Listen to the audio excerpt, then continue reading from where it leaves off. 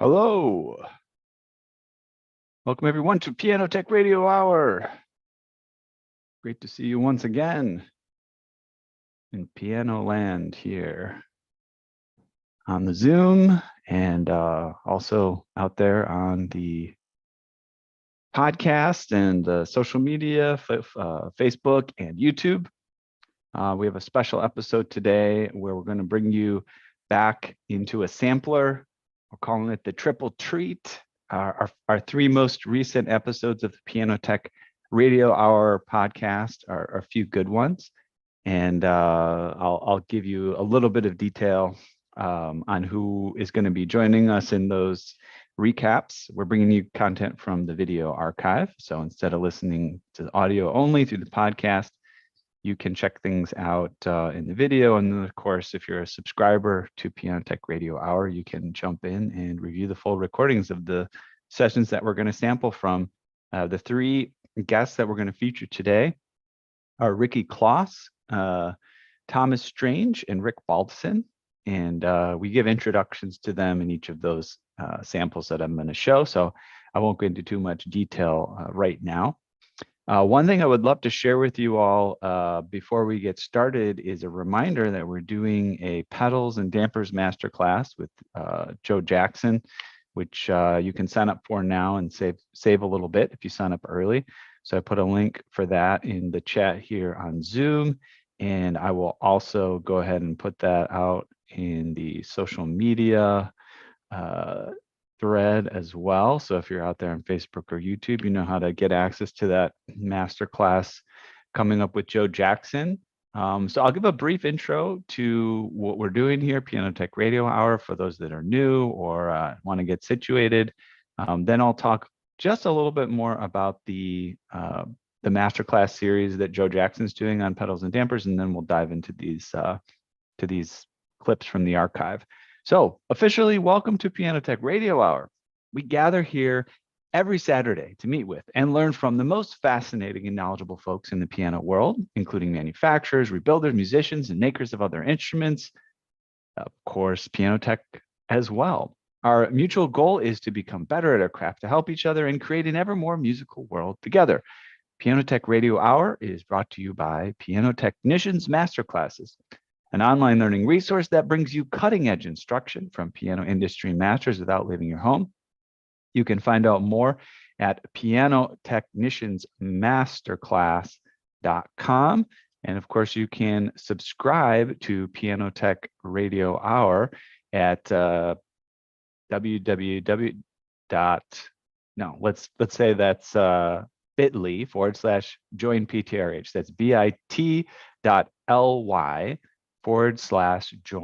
PTRH. And for just $16 a month, you get direct access to these sessions on Saturdays, as well as the content recorded and easy to access in the member area in case you miss it or want to review it.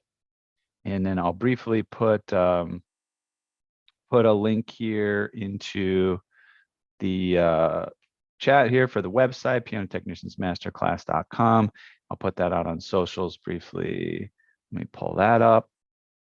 And then what I'd love to do is just give you guys a quick overview. I'm actually going to be flying to St. Louis on Monday to pre-record some content for Joe Jackson's masterclass. And really excited. Got some new actually camera technology that I'm going to implement that I think you'll be pretty excited to review. I'm like tentative to let the cat out of the bag, but basically I suppose I will. It's exciting. We've got some 360-degree video technology, which will allow you to view things in 360 degrees. It's kind of like you're there in person. So that's going to be pretty cool stuff. And Joe and I were kind of going over the game plan. And so I'll briefly run down that with you just so you can know what we're getting into. So, lecture number 1 we've already done, which is like a basic overview of the pedals and damper and tramp work system, back action. And what Joe did was kind of just give an overview of everything, talked about differences between Steinways, Baldwins, and Yamahas, And then what we're going to do in sessions 2, 3, and 4 is dive deeper into each of these topics. So session number 2, the one that's coming up here this month, we're going to talk about pedals and trap work. And then next month, we're going to move on to back action and dampers. And then the following month, we're going to go into integrating the entire system. Once you've got all of those stuff, all that stuff worked out, putting it all together, making sure it's fully functional, and sort of doing those final tweaks of the entire system.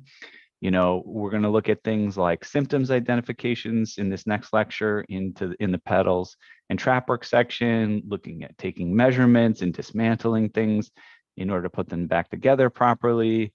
We're going to look at overhauling the pedal system, looking at repairing problems that you might find in the trap work, look at various symptoms and how to resolve them, how to, figure out and diagnose problems, stuff like that. And of course, we'll touch upon the different models of piano and how they differ in these different systems. And, primarily we'll be focusing on Steinway, and we'll make comments on Baldwin and Yamaha as well, so you can know how to face challenges in all 3 types of pianos. Lecture number 3, which comes up in the following month, we're going to go over symptoms identification in the back action and dampers, diagnosing and your skills on that particular domain, looking at various materials that you might need to use to replace, felts, leathers, stuff like that, how to cut dampers, cutting techniques, ensure you got the right width, what kind of dampers to use, specific models again, looking at things like Baldwin, Steinway, and Yamaha, the differences, and, touching upon, that there's even wider differences in various systems when you look at the dampers, pedal, trap work, back action system, beyond Baldwin, Steinway, and Yamaha. There may be even other things that you might encounter. We'll touch upon that a little bit. By the way, if anybody has questions about the pedal damper system, you can forward them to me via email. And again, we'll be meeting on Monday, so you've got a little time to send me some things. If you've got questions, you want us to just answer them on the spot, we can incorporate them into the lecture. And then lecture number 4 is a little bit farther off, so I won't go too deep into that. But again, it's going to be an overview of if you've addressed all of these systems like we're going to do in lectures 1, 2, and 3, if you address the pedal system, the trap work, the back action, the dampers, but now you want to overlook everything and do a final review, here's what you're going to have to get into. All right, well, I'm excited to have you guys join us. I put a link in the chat for how to join. And I think then it's about time we'll dive into this content that I wanted to share with you. So let me do a screen share and we'll get into it.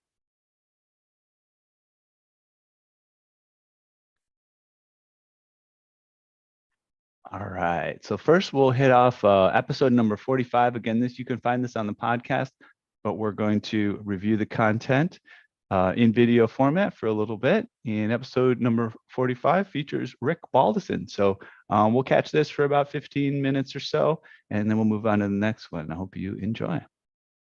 Rick Balderson has been the quiet voice of my conscience without him knowing about it for about 15 years.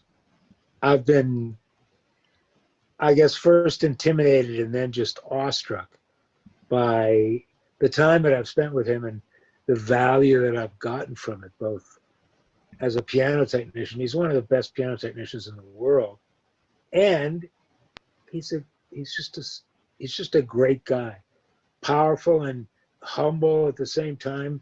He's just a great guy, and he understands that there's a lot of joy in giving, and that's a human being that I really respect. A human being that's connected to the joy of giving other human beings value on the planet. So he could talk about, he could be here for 3 hours and talk about stuff he's done. I mean, my God, he wrote one of the foremost books on oral tuning that exist, that have ever existed. So I'm just so happy to see him here and be involved with us. So well said. Welcome. Well Rick. said. Welcome. Thank you.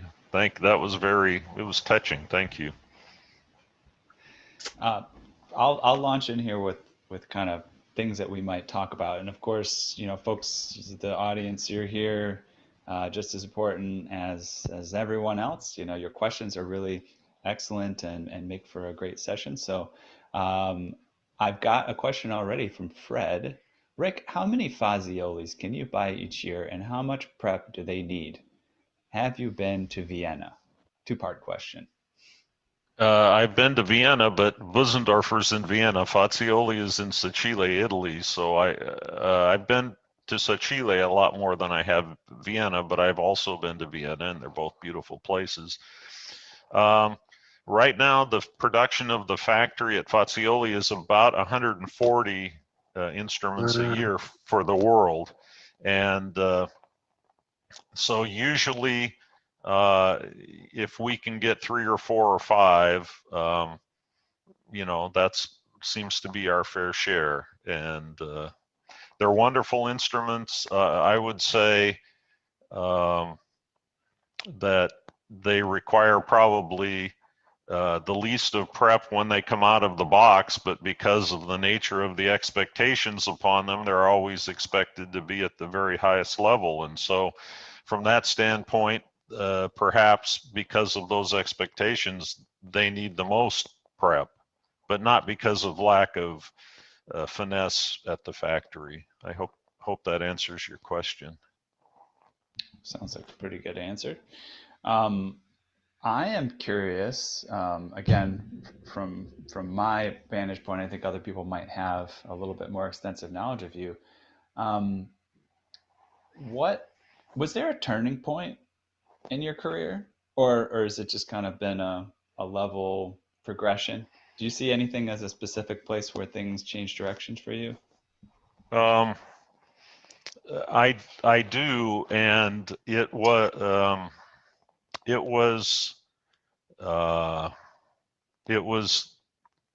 the information that eventually became the On Pitch series in the journal that was later published as a book, and that material and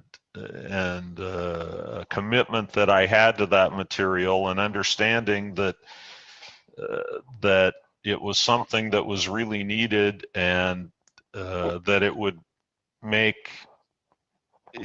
change the face of how people understood and saw aural tuning. That really launched my career. The beginning of my career is interesting because when I was in college at Brigham Young University, I had experience doing musical instrument repair, and so I was working on the basses and the cellos and violins and stuff, and but we didn't have a shop. But I soon learned that the piano technicians had a shop, and when you're working on stuff, you need drill presses and sanders and things, and they had them. Yeah. And so I became good friends with them. And one spring, they came to me and said, we are trying to restart the piano technician associate degree at Brigham Young. And we put in our application. We've been told by the university that we need 12 applicants to get the program approved. And we're willing, if you would be willing to put your name down as one of the 12 applicants. And I said, well, sure. I was about ready to graduate at that point, but I thought, what the heck? So a couple months later, they contacted me and said, well, we got the program approved. That's the good news. Now, with your permission, we'd like to remove your name from the list, because essentially I was a shill. Okay, I wasn't really looking to get into the program. Right. And they said, so we'd like to have permission to remove you because we have 19 applicants for the 12 spots that we have. Yeah. And I said, okay, fine, but let me ask you this. What number am I on the list? And they said, well, you're number 1 on the list. You're the first person we signed up. And I said, so then you're telling me, since I'm number one on the list, that if I want in, I'm in because I'm number one on the list. And they said, yes, that's true, but we need to know by tomorrow. And I was kind of at a place, you know, I had just finished 5 years of school to get my music performance degree playing the double bass, and I was a little bit burned out, and looking forward to maybe trying something else. But I thought, you know, here I am, I'm graduated, I have a degree in music performance, and other than playing gigs in a rock band, I'm pretty much unemployed, and this maybe could be something, you know, a career that I could be in a music related field and make a living. And so I entered the program and eventually graduated from it, although in the end the university denied awarding me the degree because they have, you know, universities always have policies, and I already had a bachelor's degree, and it was against their policy to award an associate degree if you already had a bachelor's degree. And so I have all the credits and I earned the degree, I just don't have the certificate. But anyway, that was how I got started. And the story of how the On Pitch series came to be is an interesting one. I wrote about it in the book, but you know, I passed my RPT exam, I think in 1980, and shortly after I passed, my chapter told me, okay, it's your turn to present. Oh, quick interjection here. Okay. Careful with your mic when you touch it. Oh, you get a little bit of fuzz. Am I touching it, or yeah, is you were touching it like subconsciously. Okay, No I'll problem. touch this side. There you go. So where was I? Oh, so they said you have to teach. This was like maybe in August, and that May, I had the interesting opportunity of being able to have dinner with Jim Coleman Sr., who was teaching at the Utah Intermountain Convention, and it was just him and me. And he said, well, how are you doing? And I said, well, I just passed my exam, but I'm, you know, as a bass player, the bass of the piano doesn't sound right to me. You know, it doesn't sound like when I'm playing in an orchestra or playing, you know, playing octaves with the cellos, it doesn't sound the same. And he said, well, you know, that's because of inharmonicity and so on. And he said, well, tell me, what test are you using to test your work when you're doing, you know, when you're tuning the bass? And I said, well, I was taught to use the minor third major sixth test for tuning the bass. And he said, well, that's an excellent test for the bass. And then he made a statement that made the light bulb go on. He said, you know, well, he didn't say, you know, he said the minor third major sixth test is the test for a 6/3 octave. And the light bulb went on at that moment, because I thought, well, if the minor third major sixth test is the test for a 6/3 octave, then the other test that I've been taught must be the test for some other type of octave. And the real revelation was they're all different. And at that point, when aural tuning classes were being taught, you know, it was always, you know, tune the fourths wide, tune the fifths narrow, and tune the octaves pure. And what became obvious at that point was the octave is never pure. It can't be pure. It's always going to be beating someplace, and we have to decide where to make it not beat. And so this was the impetus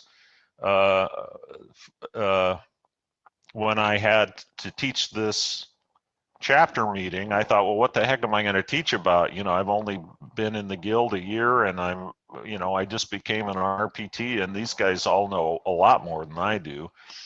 But I started thinking about the thing with Coleman, so I took a piece of blank paper and started drawing little keyboards and mapped out the interval tests that I knew and determined which type of octave they were for, and I went and presented this at the chapter meeting. And my teachers at the that taught me at the university didn't have any idea about it. Nobody really did, and they were all, it was like they were all just eating it up. And so a short time later, I was in Colorado, and I had been invited to go to a Baldwin training session at Aspen, and Jack Krefting, who was the he was the technical editor of the journal at the time, was the teacher. And so while I was there, I had the opportunity to show him my handout from this class, and he looked at it and he said, well, this is very interesting, but you can't just we can't just publish a handout like this. You're going to have to write over several months and explain all of this. And so it became a series that was very well received. And then shortly after that, Jack asked me to be the tuning editor. So in answer to your question, you can see how in a very short time, this really springboarded my career. And Interesting. And I mean, I don't know what to say. The rest is history. Yeah. It was first published, I think, almost 40 years ago. Wow. All right.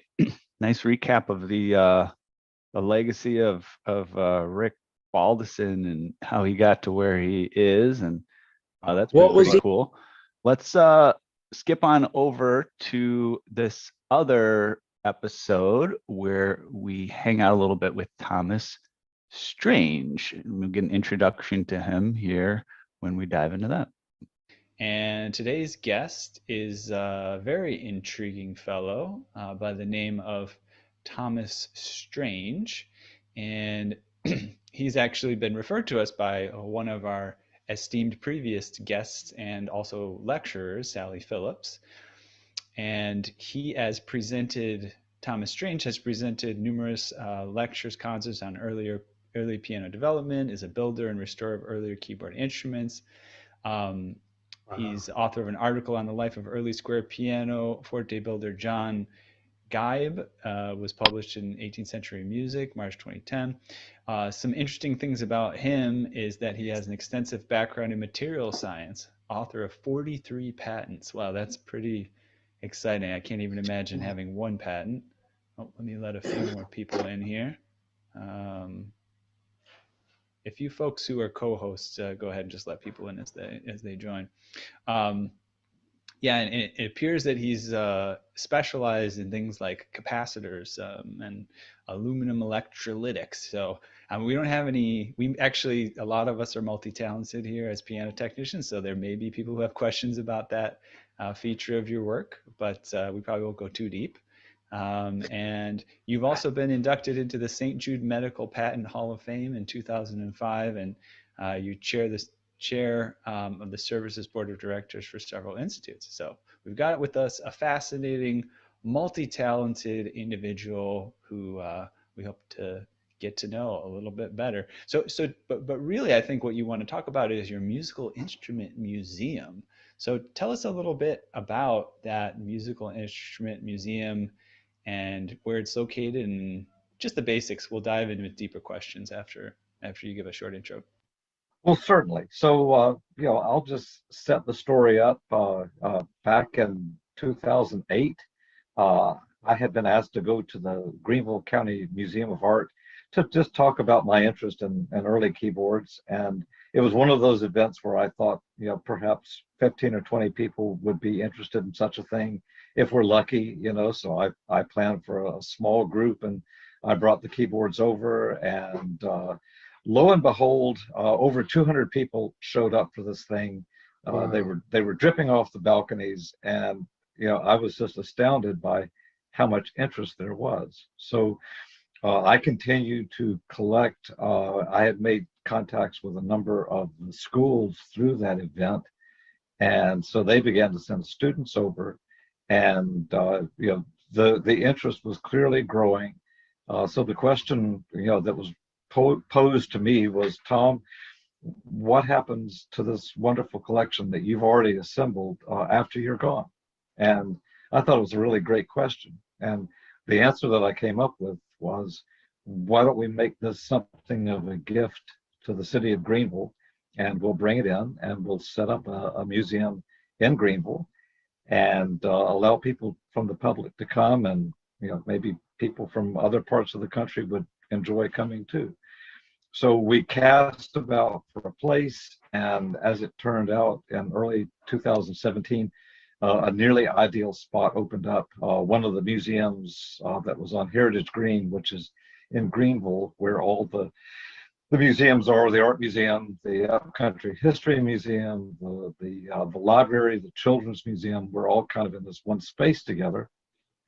And this particular building was going to open up. Bob Jones University's Museum and Gallery was going to go somewhere else. And so we made a proposal to the county. The proposal was accepted. We spent about 6 months renovating the space, and in early 2018, we opened the museum. Initially, we were called the Carolina Music Museum. We had named ourselves that so that the county would understand what we were trying to do, and that it was, had local interest and so on. And so, local interest was quite high. Through our first year and a half, things were going pretty much as we had expected. And then something unexpected took place, which was a very, very large collection of musical instruments, world-class collection that was in Boston. It was the collection of Marlowe Sigel. Marlowe and I knew each other when we were both collectors, and we respected each other. We would meet at conventions and such. And so Marlowe passed away without a good plan for his collection. And as I began to talk with the family, it became clear that we might be the solution for the Sigel family. And the key there was, would they financially support bringing the collection here, and what it would take to kind of, make it work for Greenville. They said yes. We agreed to rebrand our name, and so we became the Sigel Music Museum, which is how we will be known going forward. And now we've gone from a very, very good private collection to a world-class collection of keyboards, woodwinds, guitars, and other musical instruments. Wow. Yeah, quite interesting. I think I might actually just do this right now. I'm going to pull up the website here just to kind of give people a taste. Very, very beautiful website you have too, and shows the beauty of the instruments that you have on location there. Is there anything specific that you would highlight about the website itself, or things that people might find interesting to check out while we're on this session? Or So one of the most valuable parts is that there's a newsletter section of the website, and every month we put out a newsletter that's updated, that tells you kind of what we're doing. At the moment, I have the gems of the Marlowe Sigel collection on display. So it's called Sensational Sigel, and there are some wonderful things. If you've ever wondered about the historical background for keyboard instruments, we pretty much have everything you need to see right there in the museum. So it makes a great visit. And now that we're kind of coming out of the COVID times and people are going to be able to mix, I'm looking forward to hosting people coming in. We will have this exhibit up through at least the end of this year and into 2022 to give people a chance to really see what's going on. Wow. So this unbelievable gift, whatever, grace from life itself, happened when? 2018? So in You- in 2019, I had begun talking with the family in January. Wow. By May, we closed the deal. And so just in numbers, the numbers are astounding. Over 85 pianos and harpsichords from that collection, over 600 woodwind instruments, Jeez. several dozen. From how many centuries are the woodwind? So the earliest instrument on display right now is from 1575. Oh my God. Imagine Shakespeare is 11 years old when this is made. And then one of the neatest parts of this collection, and quite frankly of mine as well, is that many of the instruments still play, and they still play very well. So and so do you when herd immunity occurs, are you going to have live performances with these instruments, some of them?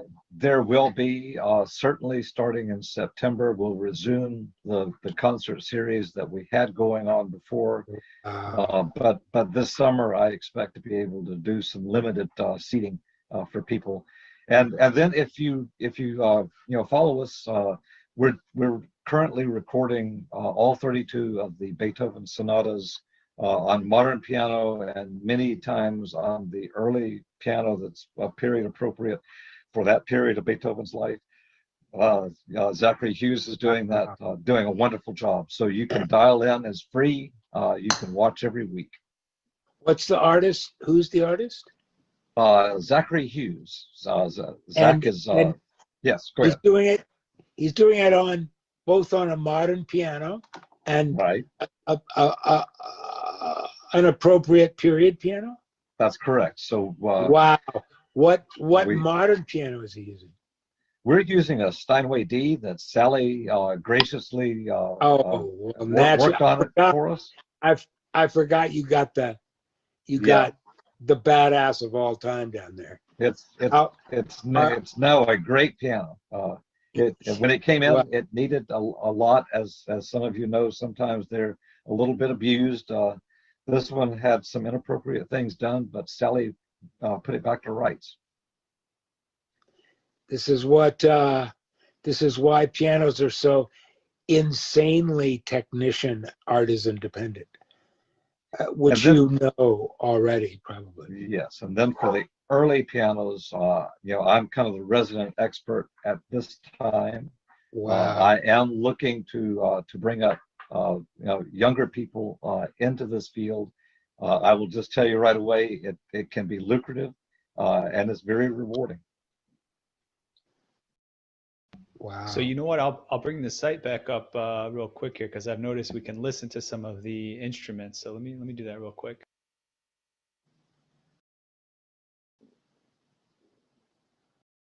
And okay, so let's check this out. If I click on this piano, so this is a recording of this actual piano, right? Right. This is a harpsichord that you're about to click on. Yeah, this is awesome, actually.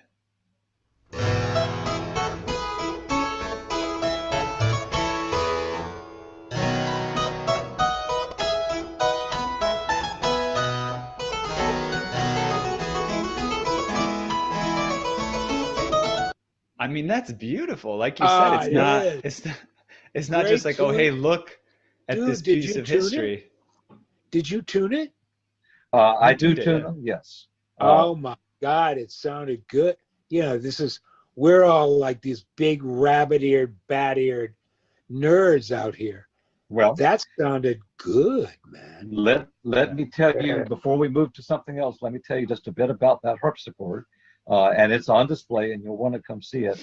That harpsichord was the wedding present from King George III to his new bride Charlotte when she came from Mecklenburg, Germany.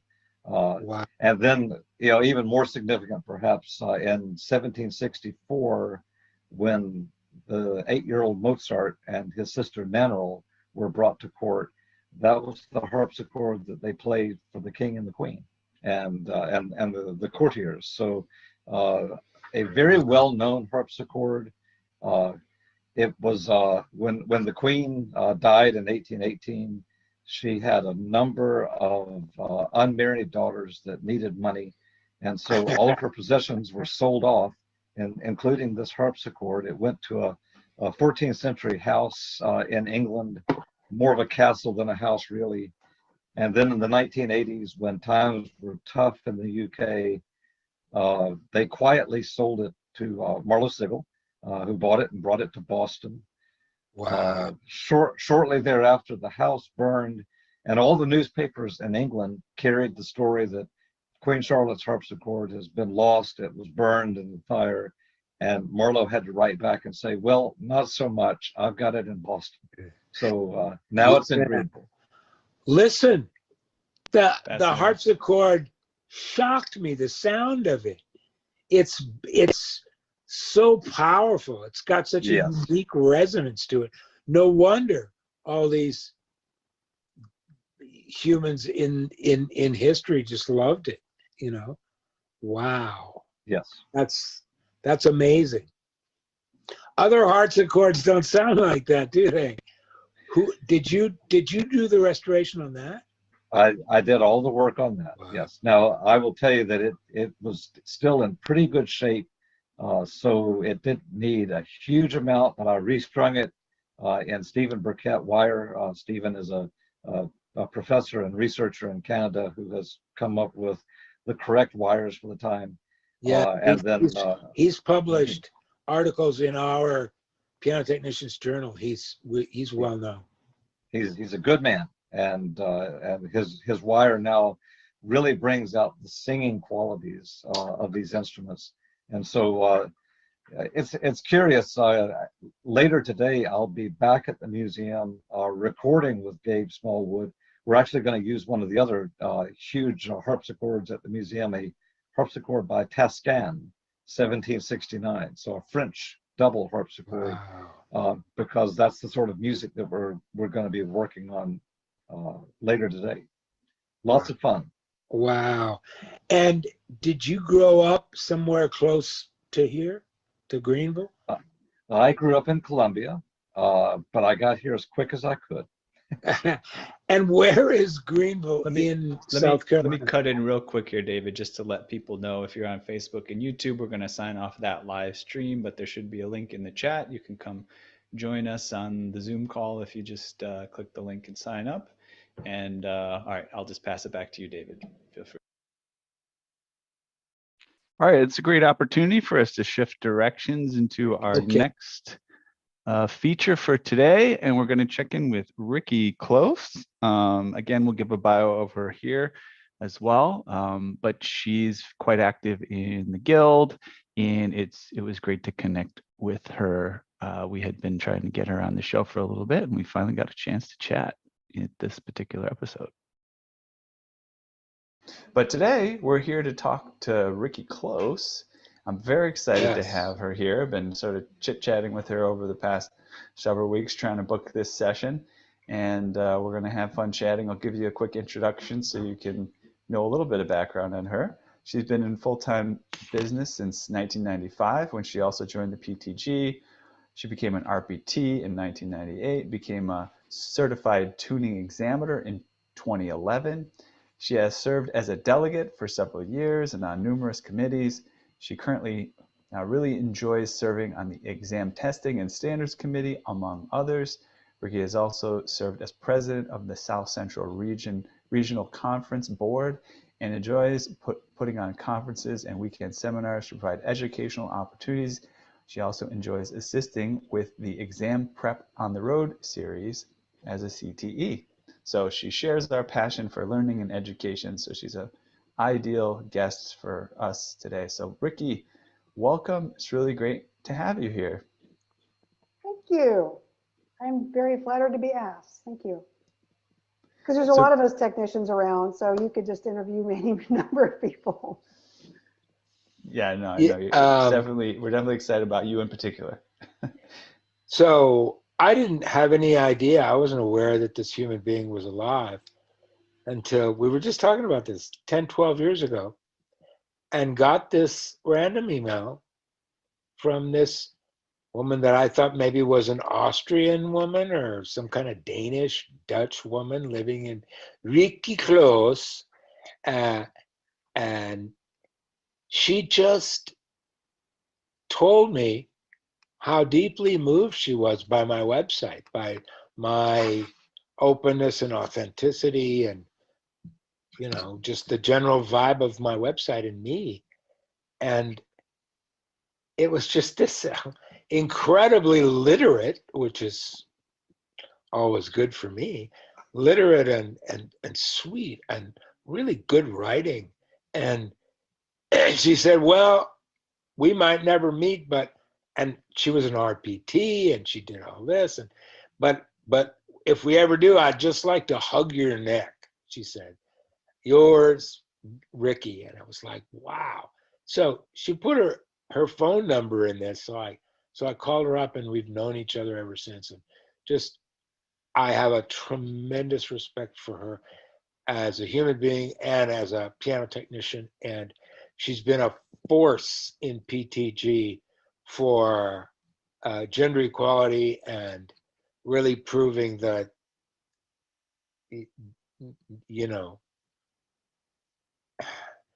don't be an idiot and don't be biased about human beings, right? And Yeah. I just have a tremendous amount of love and respect for her, and she can talk about a whole range of things. So I'm really excited about this hour. Thank you. Yeah, also we're excited to have her to inspire other women to join us too, so, and we also appreciate her Absolutely. for joining us. We've had a handful, but not that many, and it's not because we're not interested. Reaching out. So, yeah. Yeah. So thank you for being one of the trailblazers to join us. Yeah. Appreciate It's that. great. You're in good company. Sally Phillips. Jesus. Really. It's amazing. And so, did you think of anything that you wanted to talk about, Rick? I was kind of just hoping this would be a conversation that maybe we just have an easygoing conversation. I don't have any skills to impart or anything like that. I am sort of an average technician out there serving the field, and I do some concert work, but not a ton. But I really enjoy doing field work, and I always find that there are challenges there. So yeah, I'll just say a little bit about myself. So I got into this probably in 1980, so I was 15 years old. Wow. My father knew the local music store owner. He did a lot of remodeling work for the music store owner, and so we bought our piano from them. And when I turned 15 and I had nothing to do in the summer, he said, hey, can you put her to work? And so they threw me in the piano department. And it could have been any department. It was a full service music store with band instruments and sheet music and guitar repair and everything. But it was Where piano. was this? This is in Austin, Texas. Wow. Straight music company. And so that's what I did. I was out in a hot warehouse at 15. And the very first day on the job, it was a bunch of, it was in a warehouse where they had a whole bunch of trade-in pianos and stuff, but there was sort of air-conditioned office where all the guys hung out. But they sent me out into the warehouse in July and said, here's a screwdriver. Go open up that piano over there. And so that piano, the very first piano I ever opened, which was an old upright, had a rat carcass in it. A rat carcass? Yes, Nice. dried up in bones, Congratulations. but still. Yeah. And I kind of carefully picked it up with some other tools and carried it into the air-conditioned part. And I said, "Is this what you guys wanted me to find?" You know, and they started laughing. Oh, she's not daunted. You know, she found it. She found it. So to this day, I don't know if they knew. It was Wow. You passed the I test. passed the test, I guess. So I did that for a few summers, and then I kind of went to college and tuned, just you know, practice room pianos at no charge. I was trying to get my chops, and then finally, Which after I college? UT. Really? Mhm. Awesome. So you knew Charles? No, didn't know Charles.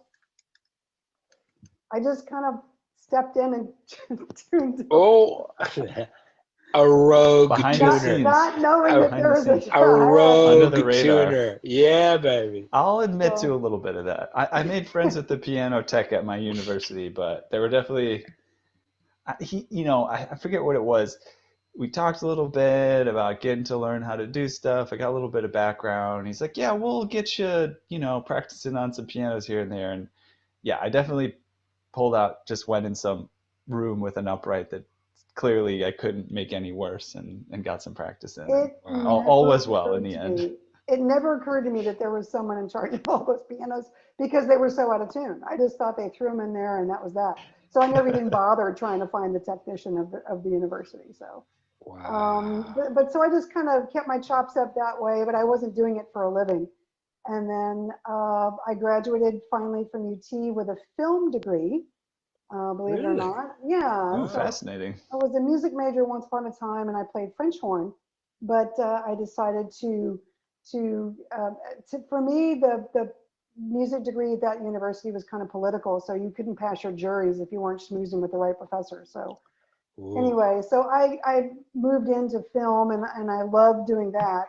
And then just as I graduated, you kind of have to be willing to move to Los Angeles if you're going to get in the film industry. And I was That's interested right. in editing, post-production, but I wasn't willing to move to Los Angeles from Austin. So I just started working at the university in another capacity. And it was not until then that I found out about the Guild.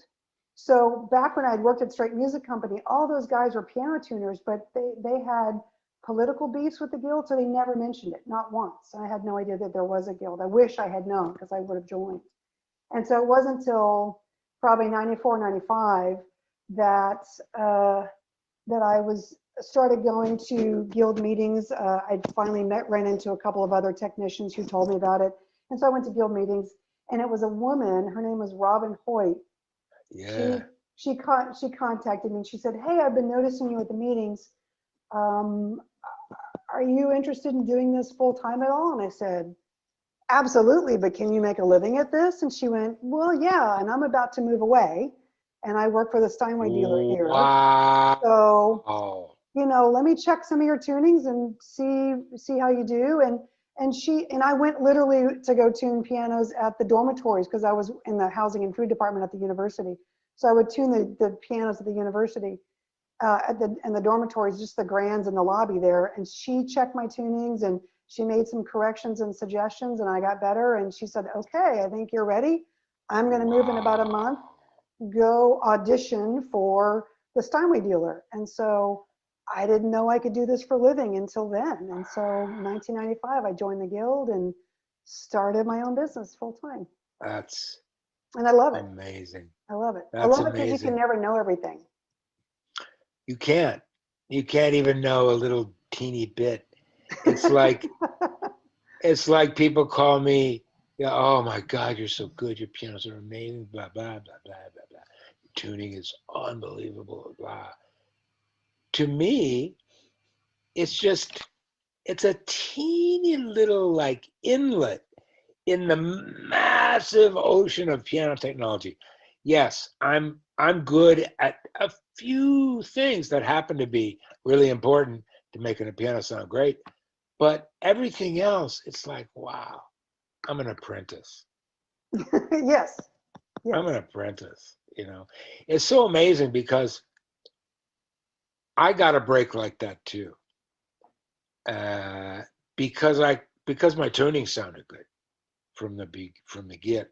my big ears of a musician helped me in this craft, because they let me do the thing that most people think, oh, well, they're good then, right? So I could tune a piano real good, so they thought I could do all this other stuff. I did the same thing. I went in and auditioned for a Steinway dealer, and they thought, oh, he's good, shit. Well, let's get him to regulate this piano and do this. And I was like, I have no idea. So failed upwards my whole career, basically. Sounds like. And so you took advantage of the guild right away. Right away. Tell me about that. Well, I joined the guild in '95, and I was just an eager beaver at going to the chapter meetings, you know, meeting people like Bernard Malberg and back then Tom C. And I had been introduced to the idea of what an RPT was, and Tom and Mary Smith encouraged me a whole lot to start trying to go for that. And it really wasn't really until I went to my first SCRC. Well, back then was TSA, but SCRC. And interestingly, Dave Durbin was a guest at our local regional, and I had kind of met Dave Durbin and Jim Coleman and even Richard Bittner and of course Jack Wyatt. I'd met these guys, and they were all just very, very encouraging.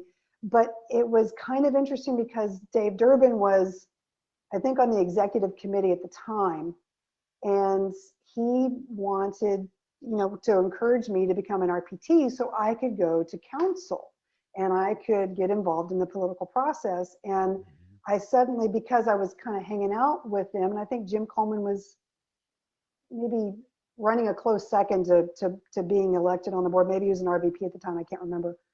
But Dave Durbin would just really encourage me to kind of get involved in the political process. So I'm one of the few people I know who became an RPT to go to council. That's why I did it.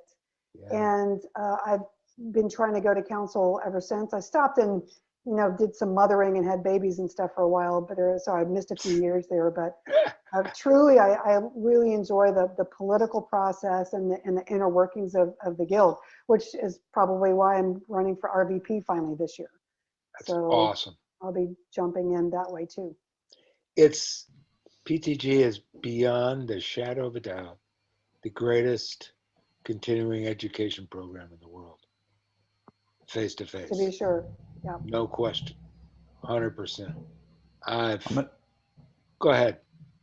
I'm just going to cut in here real quick. For those people watching on YouTube, Facebook, we're going to sign off there. So there should be a link in the chat. If you do want to come join us over here in the Zoom call, you're welcome to join us over here. Just wanted to make that announcement. And we can get back to the conversation with Ricky. Yeah, I'm very excited for you to be running for RVP. That sounds like a great. Absolutely. I'm not running unopposed. Well, there you go. My current RVP wants to stay. You can RVP, walk then. So you don't have to run. Just chill out. Just walk. You can saunter for RVP. Saunter for RVP. No, it's really important. It's really important to preserve the integrity of PTG. It's really important. It's really important to preserve this thing that's not a technical, logistical, legal, practical thing, which is this sense of community, which is beyond a shadow of a doubt given me priceless gifts over the past 20 years. Mm-hmm. I came to PTG relatively late. I was in it at first and then just dropped out and was out for a long, long time and back in the mid 90s. And really started in earnest teaching and really having colleagues in the early 2000s. And man, it's lifted my life up. It's lifted my career up. It's challenged me because you know, there's a lot of badasses that are better than me, you know, in this community. And I love that. I love the challenge of it. Absolutely. And I also had, I've got Leon Spear in my region. I had Dale Probst in my region. So, and Jack Wyatt, of course. And so these guys have been known throughout the guild. And so I'm kind of, I've got big shoes to fill in that regard. But Yeah. I but I've really enjoyed getting to know how not only the inner workings, but also how can I, obviously we all like to give back to the guild, and the regional conferences really made a difference to me. I was very, very shy and nervous about my very first regional conference to go to. I didn't go to a national until 98, which was Rhode Island. And that's because I had become an RPT earlier that summer and I wanted to go to council. But before that, I had just been to regional conferences, and I loved how they could reach out to the locals who wouldn't necessarily go to a national. And that's what I really kind of latched onto, is how can I help provide educational opportunities for the guys who barely show up to chapter meetings, you know, but here's this one time a year, back then it was yearly, here's this one time a year where they can go and get 2 or 3 days worth of fabulous classes. And so I really found that to be a valuable resource of the guild. And so started trying to give back that way.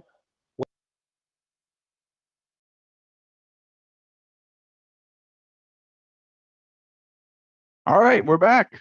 Those are some cool sessions, and always just a reminder, you guys should check out the Piano Tech Radio Hour podcast. Things are going splendidly in that domain. We've been getting significant increases in downloads month over month since we got started. I'm looking at our stats right now, and we've had over 2,000 downloads in September. Yeah, check this out. I'll read these numbers. It's kind of fun. So back in November last year, we had 140 downloads. And then it was 313 in December, and 624 in January, 878 in February, over 1,000 in March. And then in May, we got up to 1336. And now we're officially over 2,000, almost 2,500 in September this year. Got over 500 downloads so far in October. And we are soon going to start releasing more of our more recent content out as an audio on the podcast. Hopefully, fingers crossed, we're working on the back end kind of logistics on how to make that happen. But yeah, thanks for everyone being here and supporting the whole system and helping to make that all work. And I've been, you know, I see you guys all here on the weekend on Saturdays, and I'm learning more and more, all of the folks that are paying attention, you know, outside of showing up on the Zoom call. You know, we send out about 4,000 to a list of about 4,000 people to the email list, and I see it, you know, around 1,000, a good quarter of our list opens those emails every time. And then on top of that, I just am connecting with people. I'm seeing the downloads on the podcast, and I'll just have a conversation with someone out there in the community, and they'll say, oh, hey, I listened to this episode. I checked this out. You know, really enjoyed it. And yeah, it's really heartwarming to see people, you know, responding and resonating with what we're doing here. So thanks so much to everyone who's helping to support it. And I'll sign us off here. So thanks for joining today. If you joined us today for signing up just for this session, you can make your life more convenient. You can subscribe to Piano Tech Radio Hour, just $16 a month. You'll get recording of today's session in our memory area, as well as automatic registration for each week's new session. That's bit.ly/join PTRH, bit.ly/join PTRH. And we've reached the end of another musical journey here at Piano Tech Radio Hour. Thanks to all of the previous guests that we featured today. And as always, we're brought to you by Piano Technicians Masterclasses, cutting edge instruction from piano industry masters without leaving your home. You can find out more at pianotechniciansmasterclass.com. All right, guys, thank you so much. we'll see you next week. Wish me luck visiting Joe Jackson on Monday and recording some content for this damper extravaganza. All right. Bye-bye.